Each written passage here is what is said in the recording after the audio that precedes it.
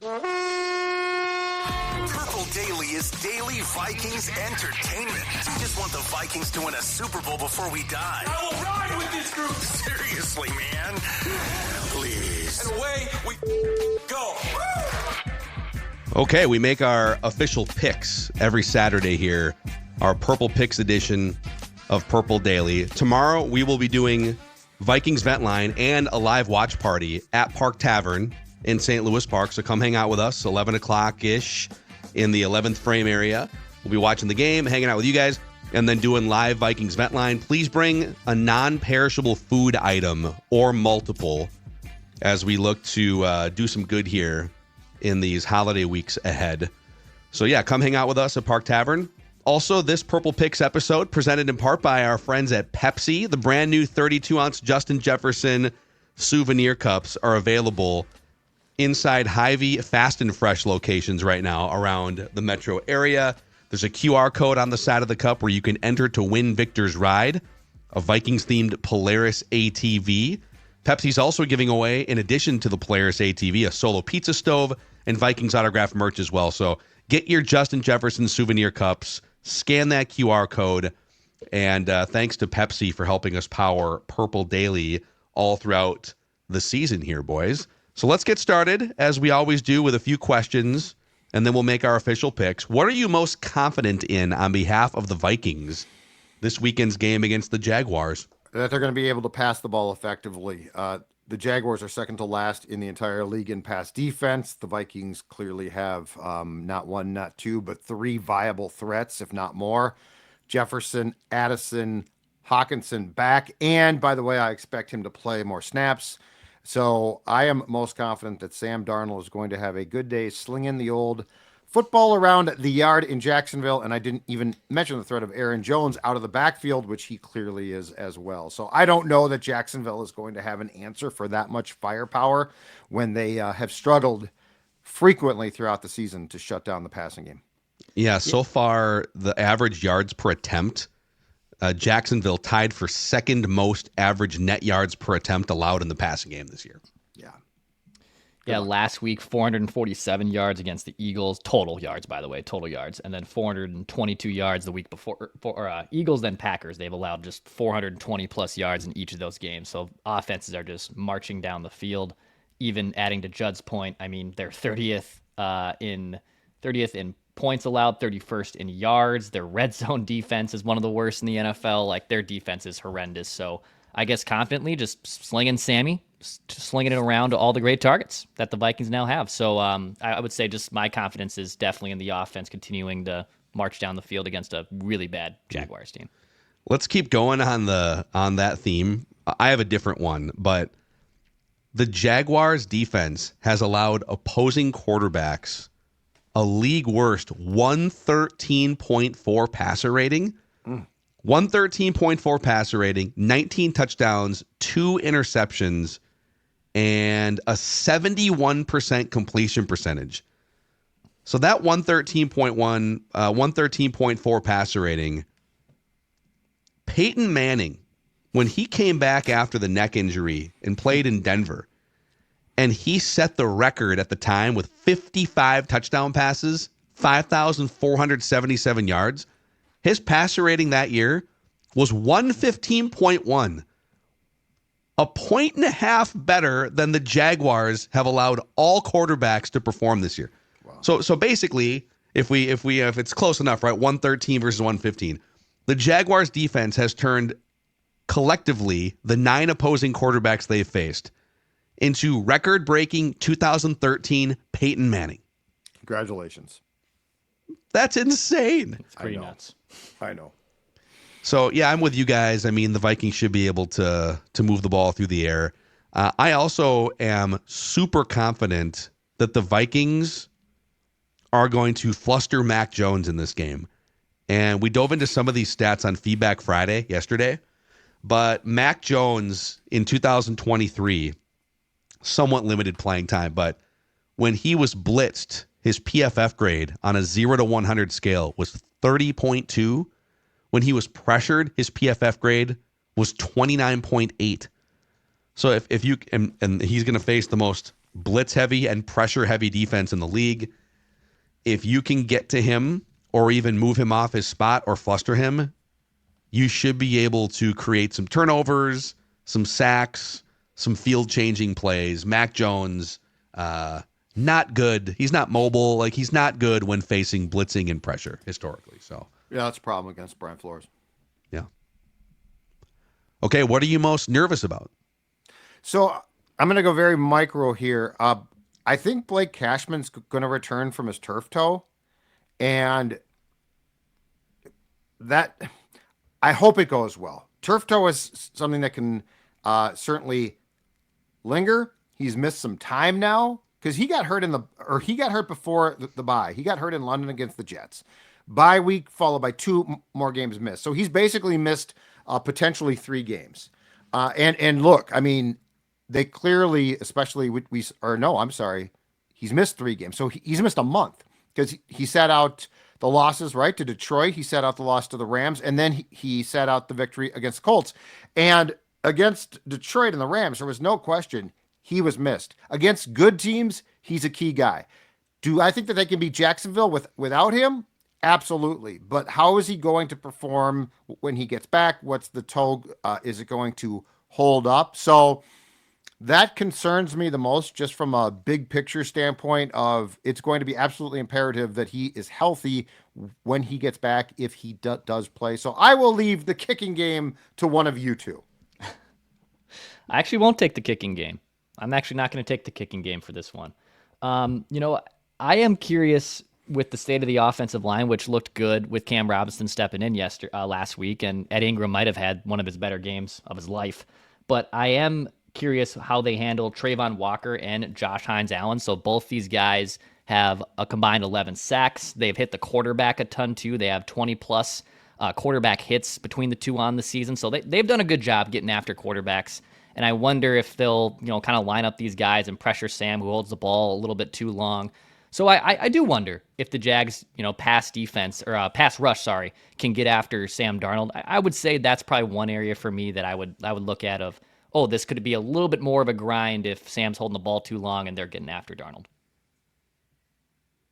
Yeah, he's also, just like we talk about every week, he's good for, regardless of the defense, a small handful of what is he doing plays every single week. And they've largely overcome them.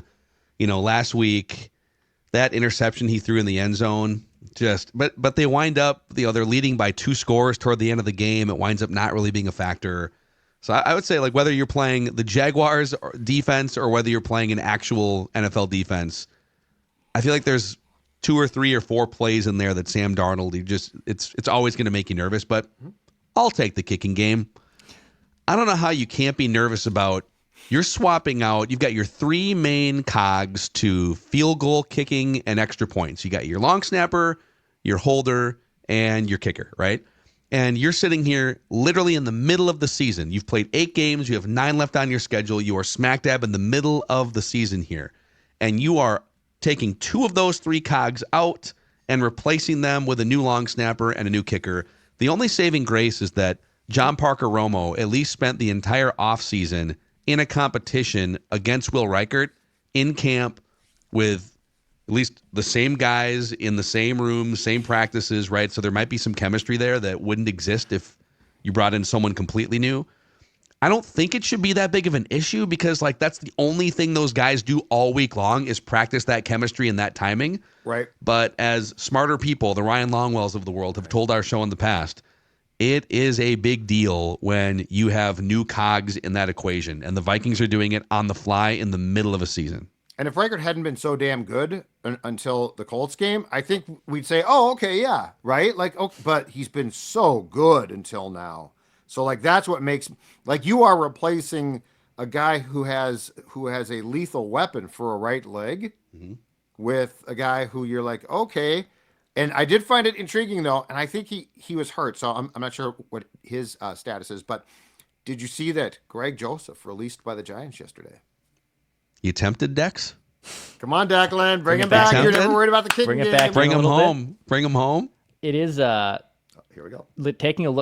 Taking a look at the weather in Jacksonville for Sunday. It is supposed to rain in the morning, but by kickoff, as of now, winds are supposed to be between 12 and 15 miles per hour in Jacksonville, outdoor stadium. So something to watch with the kicking game regardless. That's not terrible, right? I mean, if it was like terrible. 30-mile-an-hour gusts. 12 to 15, like that's a nice breeze. And I don't know, could be, I don't know where it's slippery turf, perhaps? Yeah. Yeah, is it like coming from the... Right? Yeah, is it like a southwestern kind of angle, or what are we talking about? What direction does the stadium face? I don't even know. East to southeast winds at noon. East to southeast winds. I'm not sure. Okay, coming across from the west. You bring that down. Huh. Okay. Put that down. So, yeah, I mean, I don't know how there's no way anyone watching that game is going to feel wildly confident when the Vikings line up for anything, like especially like a 45-yard field goal or something. So it is definitely a thing. Okay, is anyone playing for or coaching for their job on either team this weekend? Well, yeah, I mean, I think Dougie the McDougie, Doug Dougerson? Peterson is, I believe Ryan Nielsen, the former Saints assistant, is the DC there in Jacksonville. We just talked about why he is. So, yes, I think the Jaguars have a plethora of people probably coaching for and perhaps playing for their job. As far as the Vikings go, I think the answer is no. I mean, we have to at least contractually mention Ed Ingram every single week here, but until he gets replaced. But yeah, I don't think there's anyone in immediate jeopardy. I'll give you one. Yeah. John Parker Romo. If that dude comes out and shanks a couple of field goal attempts. Yeah. I believe you're thinking you're saying Will Reichard is, if John Parker Romo is nails, then Will Reichard his job would be in jeopardy. Stop. Just you two stop this. If John Parker Romo is 0 for 3 with 2 duck hooks, then he's kicking for his job. Long snapper. Okay, I don't got time for a new long snapper. He won't care. He'll just go. If he rolls the ground ball, he's cut, right? So he's what's his paycheck? What's your paycheck for one game? What's minimum wage right now in the NFL? 900,000. I don't even know. Wage in the NFL. But I mean, long snapper, you literally come off the couch, snap for a game. Like, let's say you have 2 crappy snaps and teams like you're gone. You're like, okay, thanks, bye. Minimum salary is 700,000. Okay. I'm not. So divide 700,000 here. I got you. Okay. Here we go. I want a concrete answer to Judd's question. Here we go. Is it 700,000 ish divided by 17, right? Yes. About 40 grand, 45 grand for a game. Bad. That's not bad for like pretty good.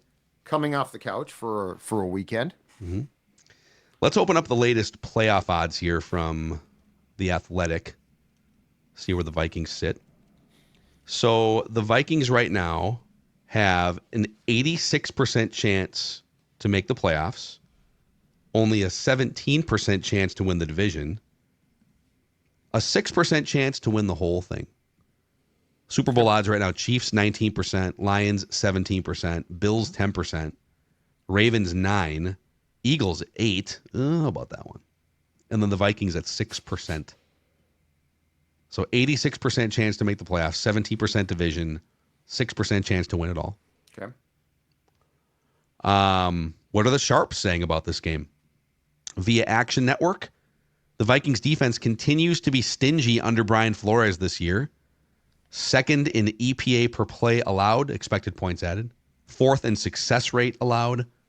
Fourth in EPA per drop back, and first in EPA per rush. So they are the number 1 rush defense, stopping the run in the NFL, according to the analytics, like context. Which you wouldn't think that with some of the they're a little smaller, they're and the fact that they sell out so much on some of these blitzes, you would think that like more, and I'm probably jinxing it, knock on wood, you would think more often a team would dial up the right run play or the right draw play right into the teeth of the blitz in a good way. As 3 guys that either covered or extensively watched the Williams Wall, I guess my thought process on what looks like a dominant run defense is so skewed now. Because like you still feel like you see, Jonathan Taylor rips off some nice runs, right? So it doesn't feel like, oh man, the Vikings are stopping the run. But but the reference point to me is two guys that you couldn't run against. Yeah. So probably not fair. So in one fewer game played, the Vikings still have 9 more quarterback pressures than any other team, and the second highest pressure percentage in the NFL and the highest blitz percentage. Passing explosives should be available against Jacksonville. The Jaguars rank last in pass defense, DVOA, primarily because they've allowed an unsustainably high rate of long completions. Mm-hmm. We'll be the judge of the word unsustainably. The word unsustainably is doing a lot of work in that sentence right now. Sam Darnold leads the NFL in yards per attempt on 20-plus yard throws, so he should find success down the field. In terms of where the money is for this game, Vikings are 7-point favorites. 91% of the money is on the Vikings. 83% of the bets are on the Vikings. So the public, the sharps, very heavily running toward Vikings here.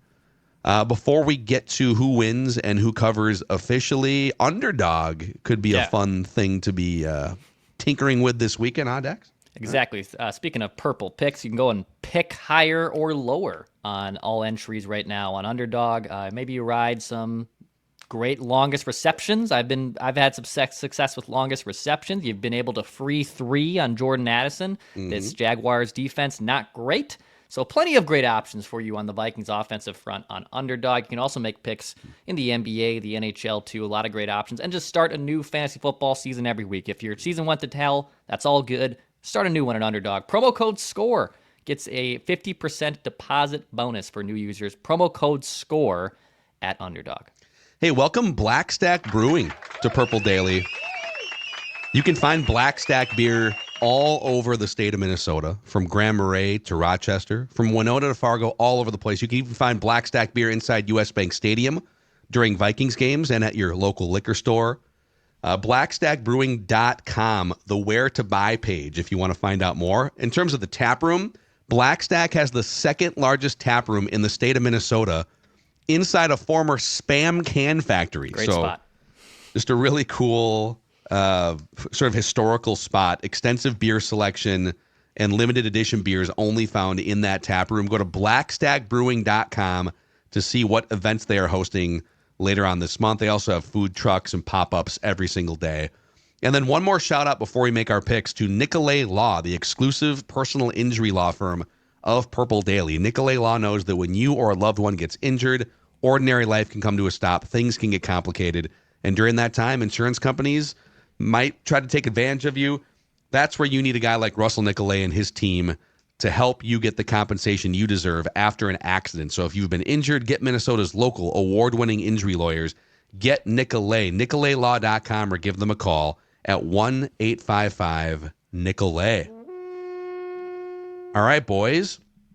So after last week, picking straight up, all 3 of us are 5-3, picking Vikings to win or lose. Against the spread, Dex is 6-2, Judd 5-3. I'm at 4-4. Vikings are currently 7-point favorites going into Jacksonville. Judd, who wins and by how many? The Vikings win, and I think they win by a couple of touchdowns, so they do cover. Yeah, I can't. I can't go with Jacksonville. I mean, they're just. Could they surprise you? Yeah. It's a weird league. Games are closer than often expected. But when you have a pass defense that is that porous, and you have Justin Jefferson, Addison, Hockenson, Jones, Darnold can certainly make the deep throws. Everything points to the Vikings at least having a comfortable margin of victory. Yeah, I'll take my write that down prediction, which at the time was before the Trevor Lawrence kind of injury news had come up, that they'd win by 10 points or more. So I will take the Vikings to win. I will take them to cover in this game. So I'll take both a win and a cover. It has been interesting watching the line on this. Phil said it's 7 points now. I think pre-injury to Lawrence, it was like 4.5 Vikings favorites on the road. Then I saw it swing all the way up to 7.5, I think, after the news yesterday. And now it's still kind of fluctuating a little bit, but clearly Vikings are still looked at as touchdown favorites going into the game, but I'll take them to win and to cover. Yeah, no drama here. I mean, I'm willing to take the L if the Vikings don't do what they need to do on Sunday. Vikings straight up here. I think it's like There might be a backdoor, Sure. I guess, sitting up like the Undertaker in the fourth quarter for the Jaguars, but It's Mac Jones. by God. God, it's Mac Jones. But this should be, you should win this game like 31-14 or something, or 31-13. Yep. The only thing, anytime you see a road favorite by a touchdown, though, it does give you a little pause, because there are definitely ways for the Jaguars to be down by 2 touchdowns and then score a touchdown late or something. But all three of us are going to take Vikings straight up and Vikings by at least 7 points. So there we go, dudes. Here's your picks. Put your foot on their throat and don't let it up until you leave. Amen. That's right. Football. Put them to bed. We'll see you guys at Park Tavern in St. Louis Park to watch this game and to talk about it afterwards. We just want the Vikings to win a Super Bowl before we die.